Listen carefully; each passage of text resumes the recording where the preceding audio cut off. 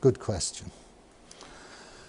So we can adopt what's known as a Wittgensteinian approach to semantics. What do we mean by money? Well, if it's how people use the word is the meaning. There's no sort of Platonic thing that the word money points to and that's it. It's how we use the word. And from our point of view, the money users, the new numbers are new money. We spend them, use them, that is our medium of exchange.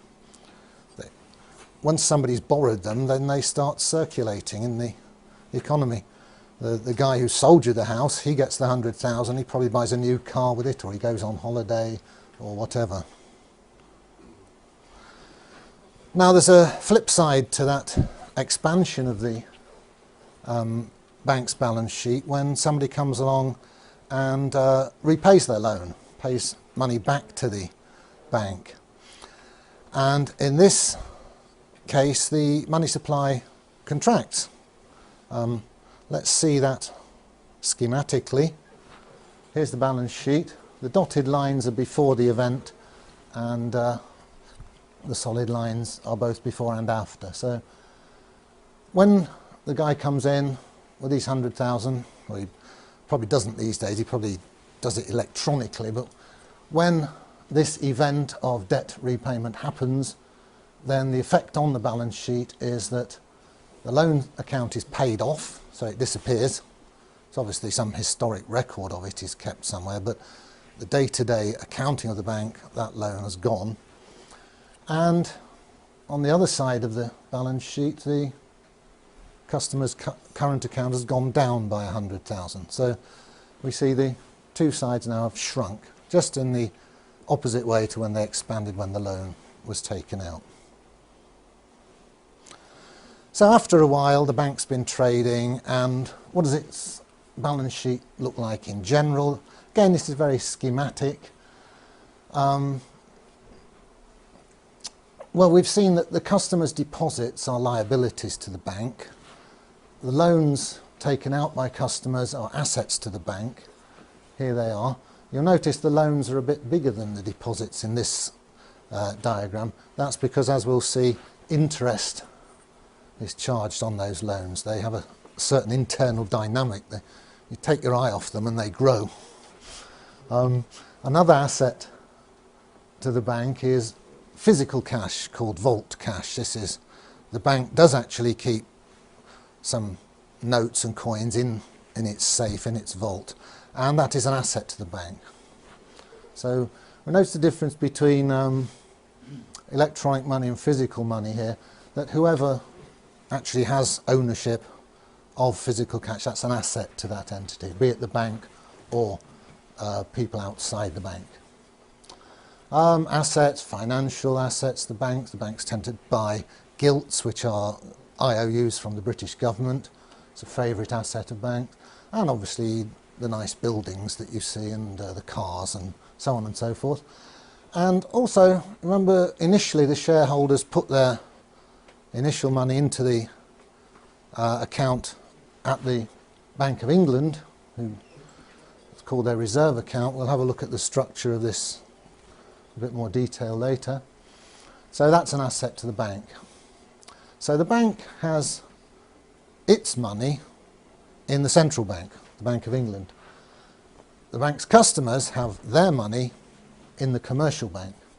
And on the commercial bank's balance sheet, the bank's money is an asset and the customer's deposits is a liability.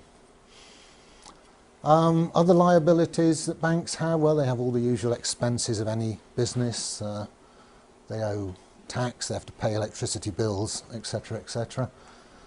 But like any business, they have this shareholder's capital account, which is a number on the liability side of their balance sheet, and it represents something quite important. It's what the shareholders would get were the bank to be wound up now. The bank would call in all its assets, pay off all its liabilities, and with any luck there'd be something left over for the shareholders to take away, because the shareholders came in at the beginning with a certain amount of money, they've traded for a while, they might want to stop trading now and walk away with some loot. So that's where it accumulates in their shareholders' capital account. So we've now seen where this electronic money comes from, how it gets into circulation, how it comes into being. And looking back, you can see that bit by bit in the past, it's all been borrowed into existence by somebody. And these people out there who, or some in here probably, who borrowed these digits into existence, got them into the banking system, they're paying interest on them. So every electronic pound going round and round the economy, some poor so-and-so somewhere is paying interest on it. So that means that if you think of the whole money supply, or you know, the electronic bulk of it, which is more or less all of it these days, then that money supply, that medium of exchange, is actually on loan to us.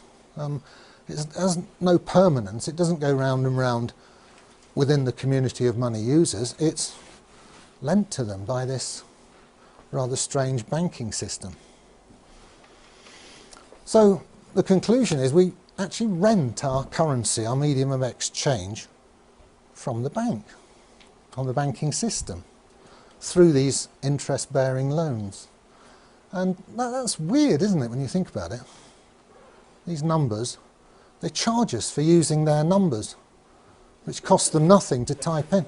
Well, yeah, my numbers are as good as their numbers. As a mathematician, I must say this. So why am I forced to rent their numbers? So I like the phrase that we have a rent-a-currency system. Let's look at it schematically.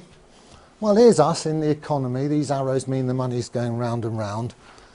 And what goes round and round up there is digits in banks' computers, and none of it is debt-free and none of it is permanent. It's all temporary, transient, ephemeral, and it comes into the economy, as we've seen, from interest-bearing commercial loans, and it drains back out of the economy as the loans plus the interest. So the banks extract wealth from the economy by renting to us a bunch of numbers. It's quite a good business, isn't it? And of course the numbers they get back as interest are just as good as any other numbers, and they can spend those numbers back into the economy. And you know, you'll notice bankers have pretty good cars and bonuses and houses and so on.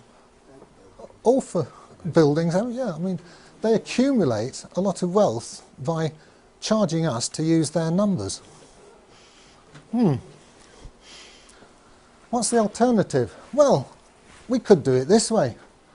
Here's us in the economy, and instead of using numbers which are lent to us by commercial banks, we could have our own numbers. Could issue them collectively, all of us. And they could be permanent. And the money supply could go round and round indefinitely as we conduct our business. Where would that sort of money come from? Well, it can only come from the collective, from the whole community of money users. You don't want any privileged minority doing it and making lots of profit out of it. Let's do it all together. You know, we're all going to use these numbers. Well, let's have our own numbers. Fine. So we issue them into the economy and through what's called the state, which is,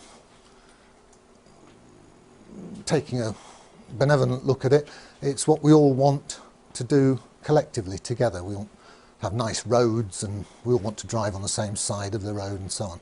So I'm just having a dig at the anarchists here who often I debate with on the internet. So collectively we can provide our own medium of exchange, our own bunch of numbers at negligible cost. You know, you have to pay some guy to type them in, sure, but it's not a big expense. So that's the alternative which we're all working towards. Let's not knock debt-based money per se. We're just knocking commercially issued debt-based money. But there is an argument that any money system needs to be a bit flexible. needs to expand and contract. You know, if somebody invents a new widget and suddenly lots of factories are needed to produce these new wonder widgets, well, we need a bit more money in the economy.